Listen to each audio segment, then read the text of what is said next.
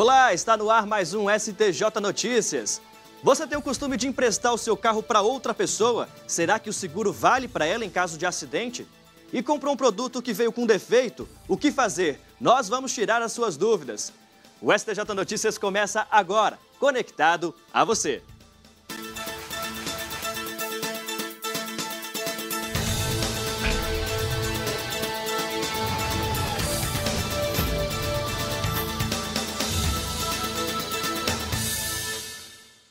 Você tem o costume de emprestar o carro para outra pessoa ou então pegar emprestado? Se o veículo tiver seguro, atenção!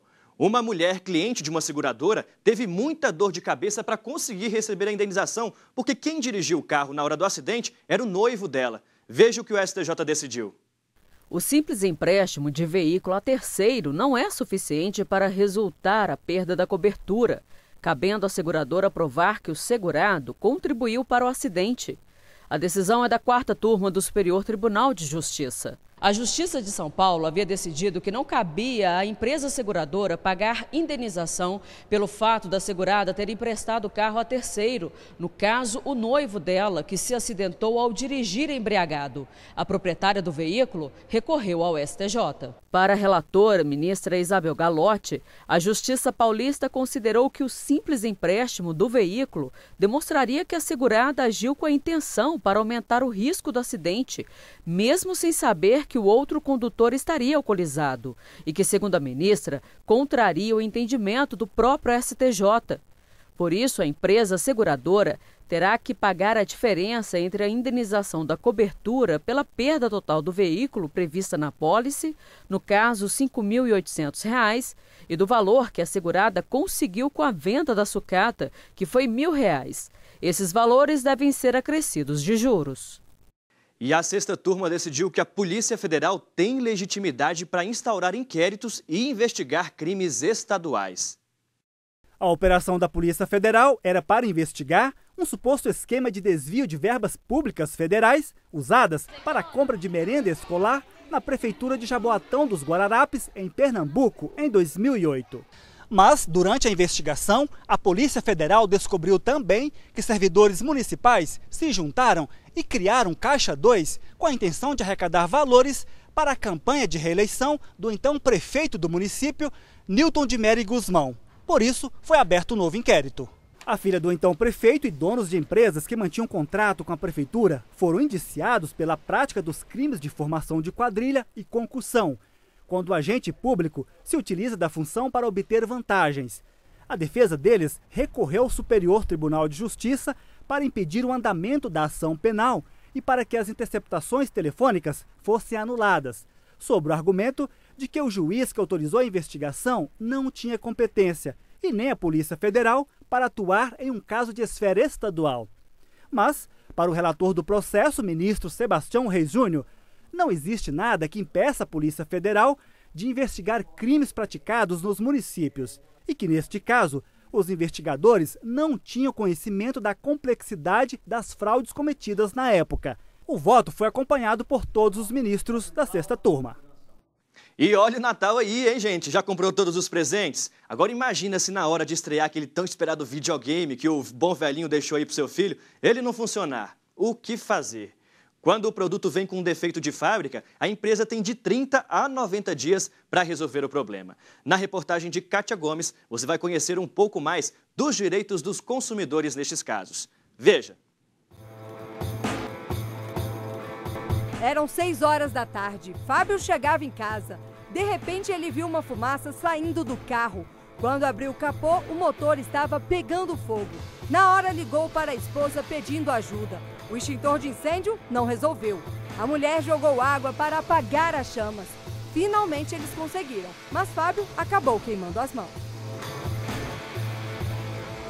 Quando o incidente aconteceu, o carro tinha apenas 8.000 quilômetros rodados e ainda estava na garantia. Depois de 2 meses, eles fizeram um recall de uma peça e, em off, os funcionários colocaram de que, provavelmente, através do meu veículo, é que conseguiram detectar essa peça que estava desencadeando fogo nos carros. Eu tive que acionar o seguro, porque eles não cobriram o defeito, que na minha opinião era um defeito de fábrica, mas eles colocaram que não. E eu paguei a franquia do seguro e eu arquei com o prejuízo. A palavra recall vem do inglês chamar de volta, traduzido para o português como chamamento ou recolhimento de produto.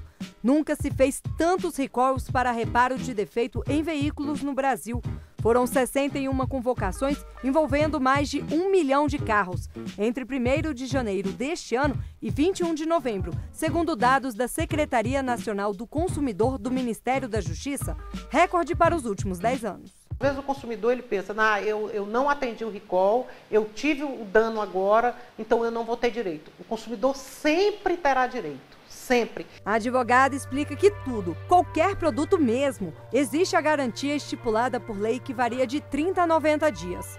E está previsto no Código de Defesa do Consumidor que o fornecedor e o fabricante têm até 30 dias, a partir da reclamação, para resolver o problema do produto. Caso nesses 30 dias ele não resolva, então ele pode optar por ter o dinheiro dele de volta, por aceitar o produto com um abatimento ou a troca por um produto semelhante. De acordo com o Código de Defesa do Consumidor, o fornecedor não pode colocar à venda produtos ou serviços que apresentem alto grau de risco à saúde ou segurança das pessoas. Caso a empresa fique sabendo do defeito após eles estarem no mercado, é obrigação dela comunicar o fato imediatamente às autoridades e aos consumidores. Como ficou com prejuízo, a Letéa resolveu vender o carro e comprar outro veículo. Arthur foi além e entrou na justiça.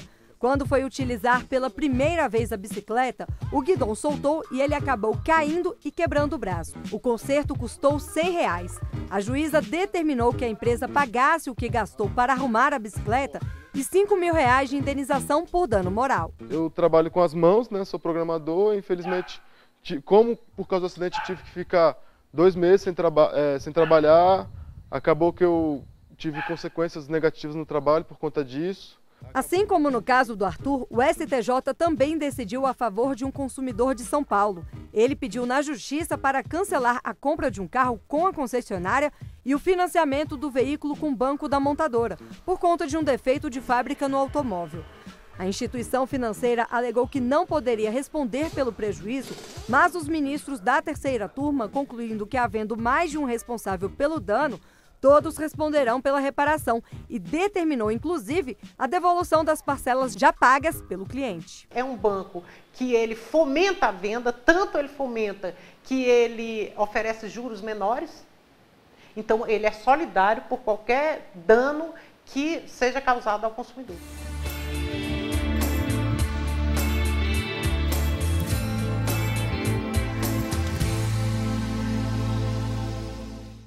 E quem vai responder às perguntas que foram deixadas no Facebook do STJ é a advogada Renata Vilas Boas. Seja muito bem-vinda, obrigado pela participação. Eu que agradeço, é bom estar aqui com vocês. Renata, qual que é o primeiro passo quando se identifica um problema num produto?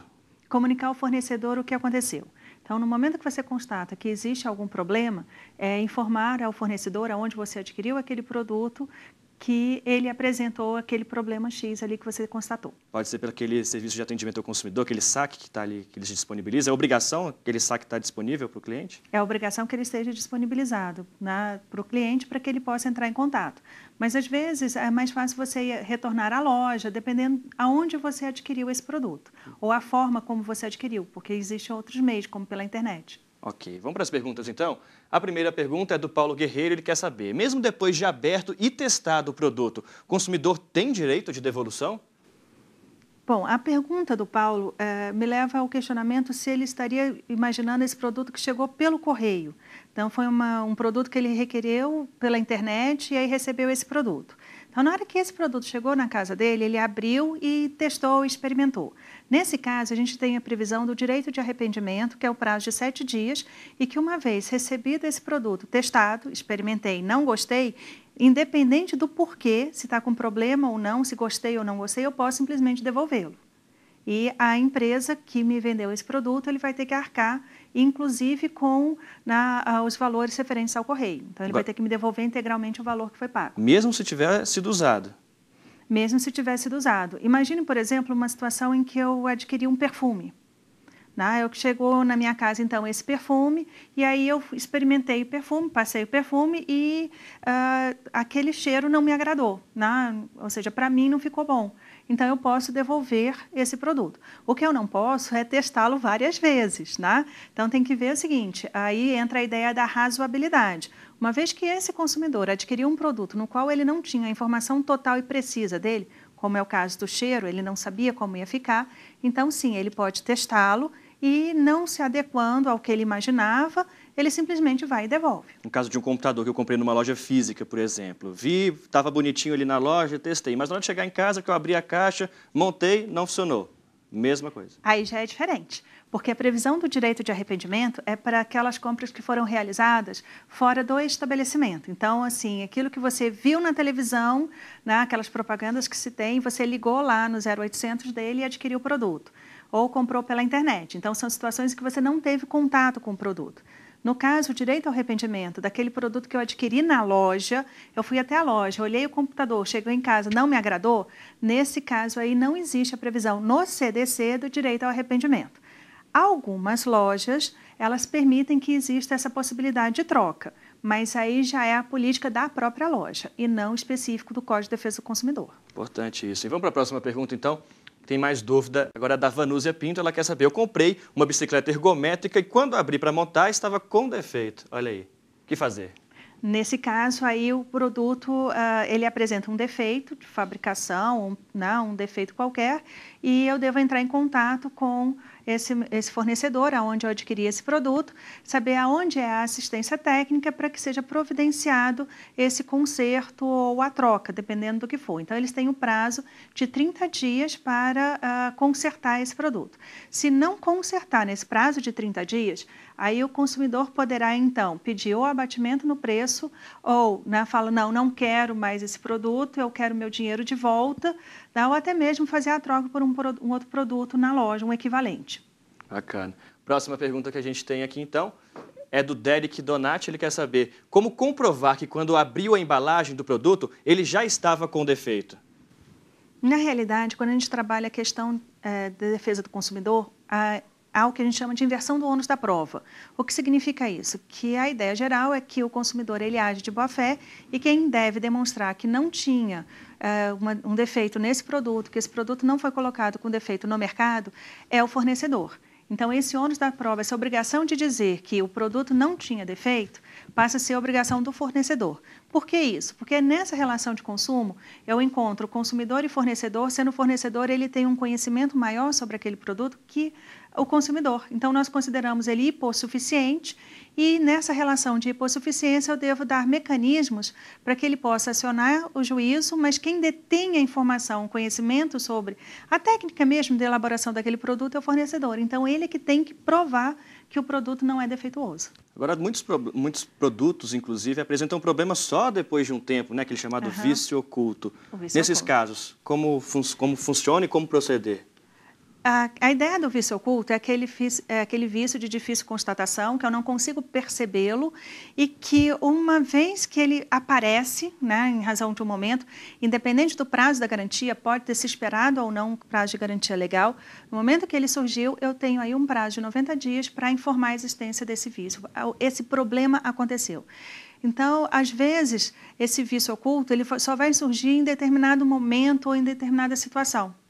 Já passou o prazo de 1 ano, já passou o prazo de 2 anos, que dependendo da garantia. E aí, mesmo assim, eu posso acionar e dizer, olha, ele tem um vício oculto, eu quero, né, que conserte ou a devolução do dinheiro, o abatimento no preço, enfim, o que ficar mais cômodo para o consumidor. Pedir para a senhora aguardar um pouquinho, porque a gente vai para um intervalo, mas daqui a pouco a gente volta a responder todas as perguntas que estão no Facebook aqui do STJ. Não saia daí.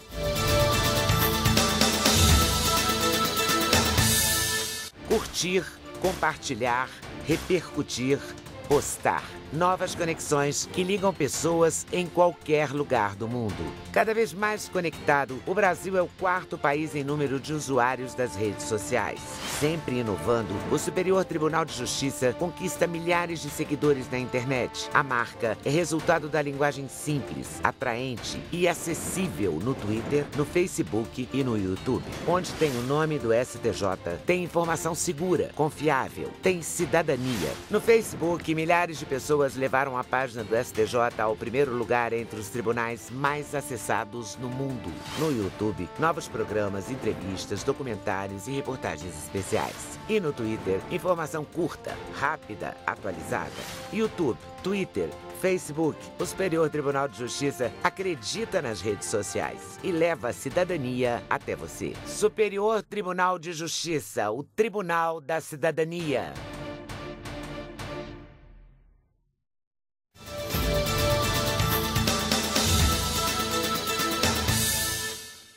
Nós voltamos com a advogada Renata Vilas Boas, que está respondendo às dúvidas que foram deixadas aqui no Facebook do STJ.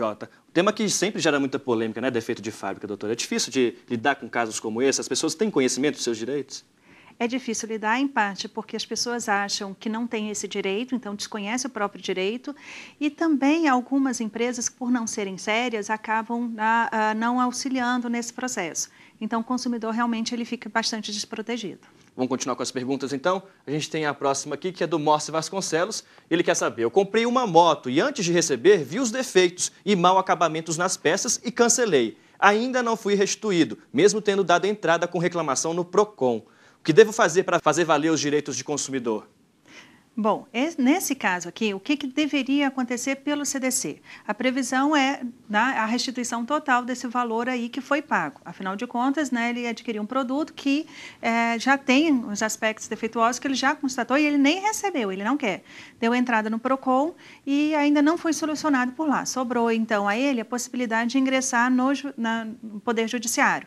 Dependendo do valor da moto, nós temos aí a possibilidade de ir para o juizado especial, até 20 salários mínimos sem a figura do advogado, então ele pode ir até o juizado onde ele mora e formular lá o seu pleito, que é a restituição desses valores. Se o valor for acima de 20 salários mínimos, nesse caso, então, ele vai precisar constituir um advogado. Se ele não tiver condições de pagar, ele vai à Defensoria Pública da localidade onde ele reside para poder ajuizar essa ação.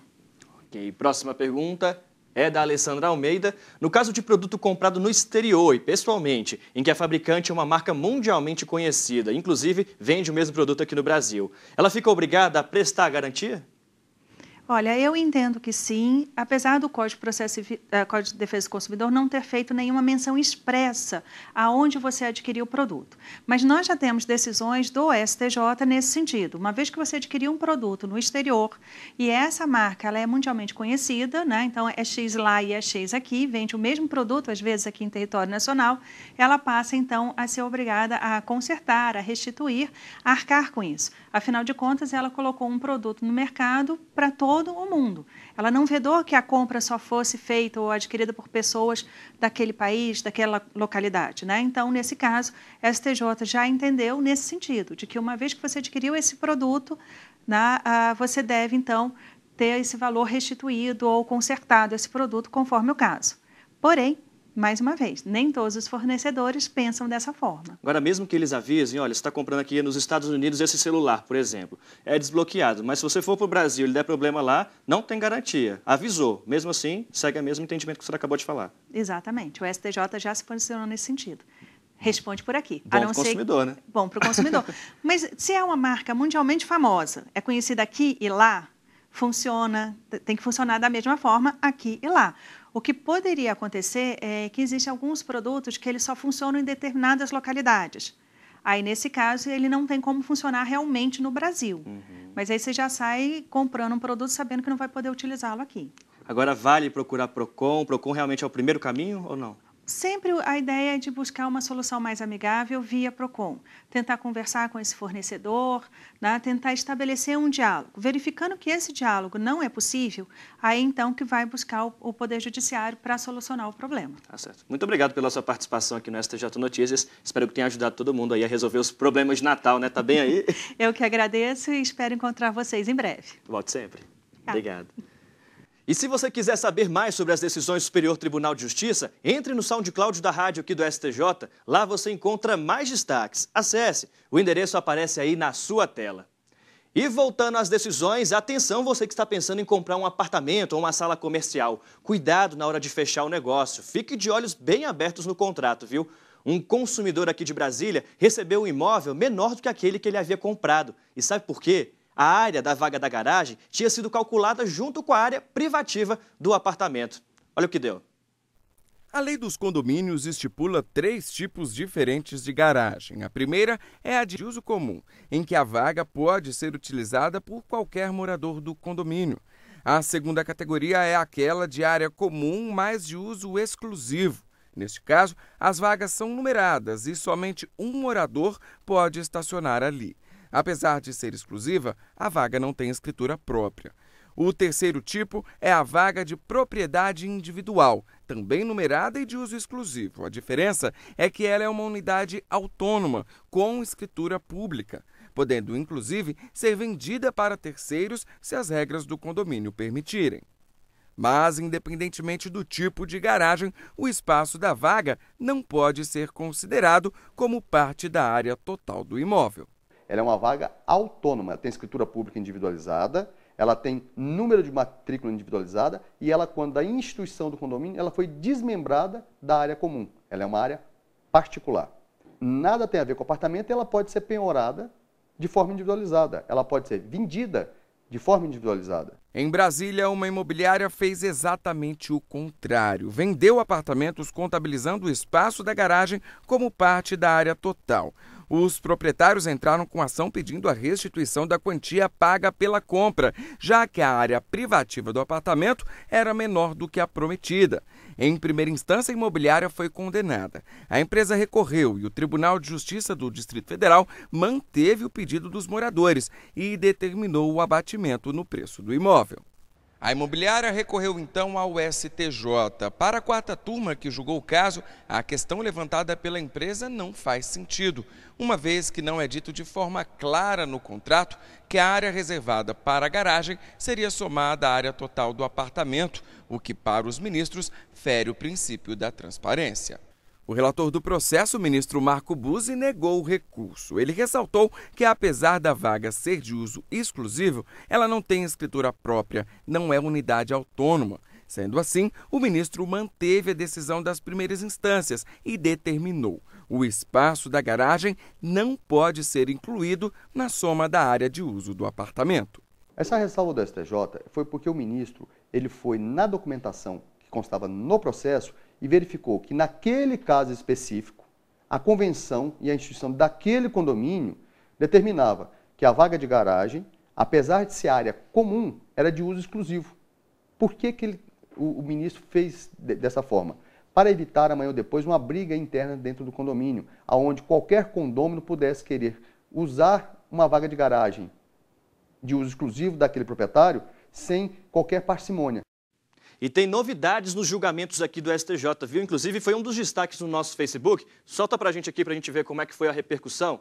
Pedido de vista. Ministros do STJ que pedirem vista terão prazo de 60 dias. Foram mais de 1.300 curtidas e 526 compartilhamentos. Agora, essa novidade é porque os ministros alteraram o regimento interno para acelerar o julgamento dos processos. Mas você sabe o que é um pedido de vista? Caio Baltazar. O pedido de vista pode ser feito em qualquer momento do julgamento de um processo. Mas você sabe o que é e para que serve? Pode algum magistrado querer ter acesso aos autos para verificar documentos, fatos, provas.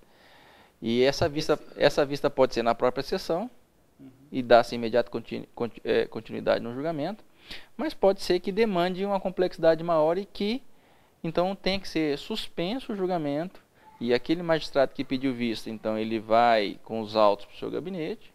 E a previsão, tanto do Código de Processo Civil quanto do regimento interno do STJ, é que deve trazer os autos para continuidade no julgamento 10 dias depois, na sessão seguinte, ao escoamento do prazo de 10 dias dessa vista. O problema é quando um processo demora muito para voltar a ser julgado. Até então, o regimento interno do STJ dava ao ministro o prazo de 10 dias para a devolução, mas a regra não previa nenhuma consequência quando o prazo não era cumprido, o que motivou a revisão do regimento interno do tribunal. Na reunião do Pleno do STJ, os ministros decidiram que, a partir de agora, cada pedido de vista terá 60 dias para ser analisado, sendo que este período pode ser prorrogado por mais 30 dias. E se isso não ocorrer na sessão seguinte, após o término do prazo, o julgamento vai seguir sem análise do pedido de vista. Isso vai inibir os pedidos de vista de alguns processos que às vezes é só para ganhar tempo. Agora os pedidos de vista vão ser realmente quando houver dúvida e quando for uma matéria extremamente importante e todos vão cobrar. Reclamações vão começar a surgir lá no Conselho se alguém não cumprir esse prazo. E a sociedade vai cobrar. E é a obrigação do juiz julgar e julgar em tempo rápido e célere. A nova regra entra em vigor a partir do dia 19 de dezembro. E para os pedidos de vista que já foram feitos, o prazo será de 120 dias. O último relatório apresentado pelo presidente da Comissão de Reforma do Regimento Interno do STJ, ministro Luiz Felipe Salomão, mostrou que nos últimos 6 anos foram feitos mais de 6.000 pedidos de vista, cerca de 1.000 por ano. Em alguns casos, a devolução do voto demorou 3 anos. Para o presidente da Ordem dos Advogados do Brasil, com a decisão do STJ, será possível acelerar a tramitação dos processos e a mudança servirá também para outros tribunais. Alguns processos demoravam anos com pedido de vistas, o que prejudicava a distribuição da justiça e, portanto, não se justificava. É um momento histórico em que o próprio Superior Tribunal de Justiça acolhe esta sugestão da sociedade brasileira, da cidadania, da advocacia, através da OAB, e muda o seu regimento interno para, portanto, trazer esse prazo de 60 dias. E o STJ Notícias de hoje termina aqui. O programa que nasceu nesse ano, caiu no gosto de muita gente, concorreu a prêmio e teve destaque no meio jurídico. Tudo isso graças à sua audiência e à sua participação. Nós continuamos nas redes sociais que você já conhece. Muito obrigado pela sua companhia e a gente se vê por aí. Tchau!